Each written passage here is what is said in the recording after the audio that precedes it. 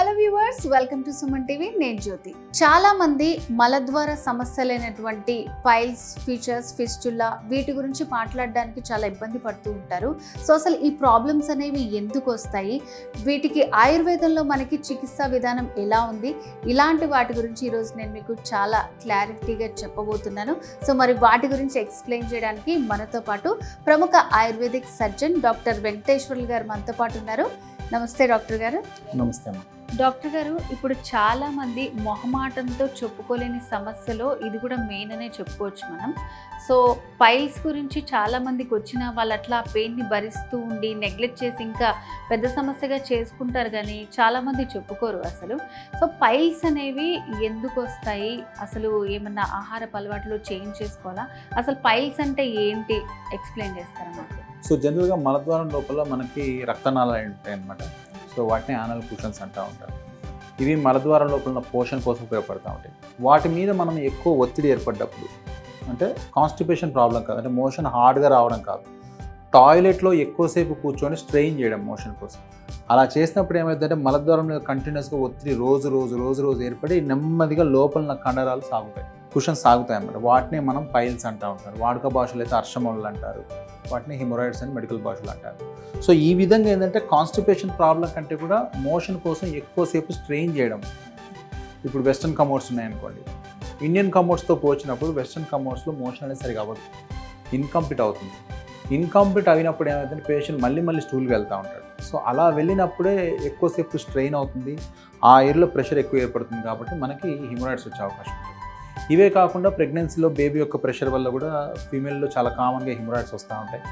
అలా కాకుండా కొంచెం ఒబేసిటీ, ఏజ్డ్ ఫ్యాక్టర్, సో వీటిల్లో కూడా మనకి ఈ హిమోరాయిడ్స్ అనేది మనం కామన్గా చూస్తూ ఉంటాం. డాక్టర్ గారు నార్మల్గా చెప్తుంటారు పైల్స్ ఉన్న వాళ్ళకి మీరు ఫైబర్ ఎక్కువ తీసుకోవట్లేదు, పీచు పదార్థాలు తినాలి, సో అలాంటి వాళ్ళకి ఇలాంటి ప్రాబ్లం వస్తుంది అంటారు. మరి అది నిజమే అంటారా? జనరల్గా అయితే అంతే. ఎందుకంటే ఫర్ ఎగ్జాంపుల్ మనం నాన్ వెజ్ ప్రోటీన్ తీసుకున్నప్పుడు జనరల్గా స్టూల్కి వెచ్చించే సమయం, మోషన్ పాస్ చేయడానికి పట్టే సమయం కంటే కూడా మనం ఫైబర్ తీసుకున్నప్పుడు పట్టే సమయం చాలా తక్కువగా ఉంటుంది. సో కాబట్టి ఏంటంటే ఫైబర్ కంటెంట్ ఎక్కువగా ఉన్నప్పుడు పెరిస్టాల్సిస్ మూమెంట్ ఎక్కువగా ఉంటుంది ఇంటెస్టైన్స్లో. దానివల్ల ఏదైనా మోషన్ కోసం ఎక్కువ స్ట్రెయిన్ చేయాల్సిన అవసరం ఉండదు. సో ఈజీగా మోషన్ అనేది పాస్ అయిపోతుంది.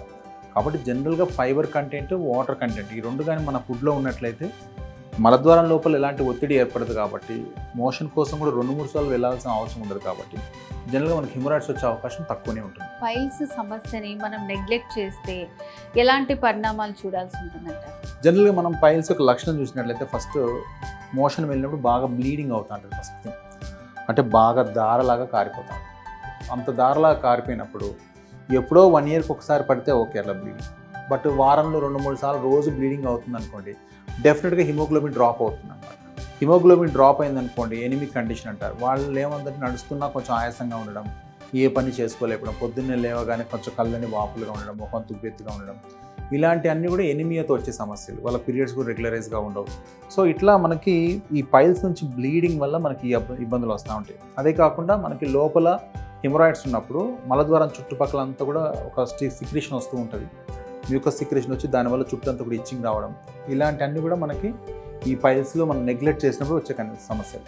సో డాక్టర్ గారు, మరి ఇప్పుడు పైల్స్కి ఎలాంటి చికిత్సా విధానం అందుబాటులో ఉందంటారు ఆయుర్వేదంలో? సో జనరల్గా అయితే మనకి గ్రేడ్ 1, గ్రేడ్ 2, గ్రేడ్ 3, గ్రేడ్ 4 ఇలా పైల్స్ అనేవి మనము గ్రేడ్స్ చేస్తూ ఉంటాం పేషెంట్ యొక్క సింటమ్స్ బట్టి.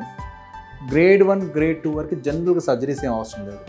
ఇందాక చెప్పినట్టుగా ఏవైతే మన ఫుడ్ హ్యాబిట్స్ కారణాల వల్ల మనకు మోషన్ ఇన్కంప్లీట్ అవుతుందో వాటిని అవాయిడ్ చేస్తే చాలా వరకు పైల్స్ తగ్గిపోతాయి, పేషెంట్కి ఎలాంటి ఇబ్బందులు పెట్టవు. అలా కాకుండా వాళ్ళు కానీ ఇలా కంటిన్యూ చేస్తున్నారు అనుకోండి, బ్లీడింగ్ అవ్వడము, మలద్వారం నుంచి ఆ బుగ్గ లాంటిది బయటికి రావడం, మళ్ళీ లోపలికి వెళ్ళిపోవడం, ఇలాంటిది కానీ ఫ్రీక్వెంట్గా జరుగుతున్నప్పుడైతే మనకు ప్రొసీజర్ అవసరం పడుతుంది అనమాట. ఆయుర్వేదంలో ఏంటంటే క్షారకర్మ అనే ప్రొసీజర్ ఉంటుంది అండ్ అగ్నికర్మ అనే ప్రొసీజర్ ఉంటుంది అన్నమాట. వీటితో పాటు కొన్ని రకాల ఔషధ చికిత్సలు ఉంటాయి, శస్త్రచికిత్సలు ఉంటాయి.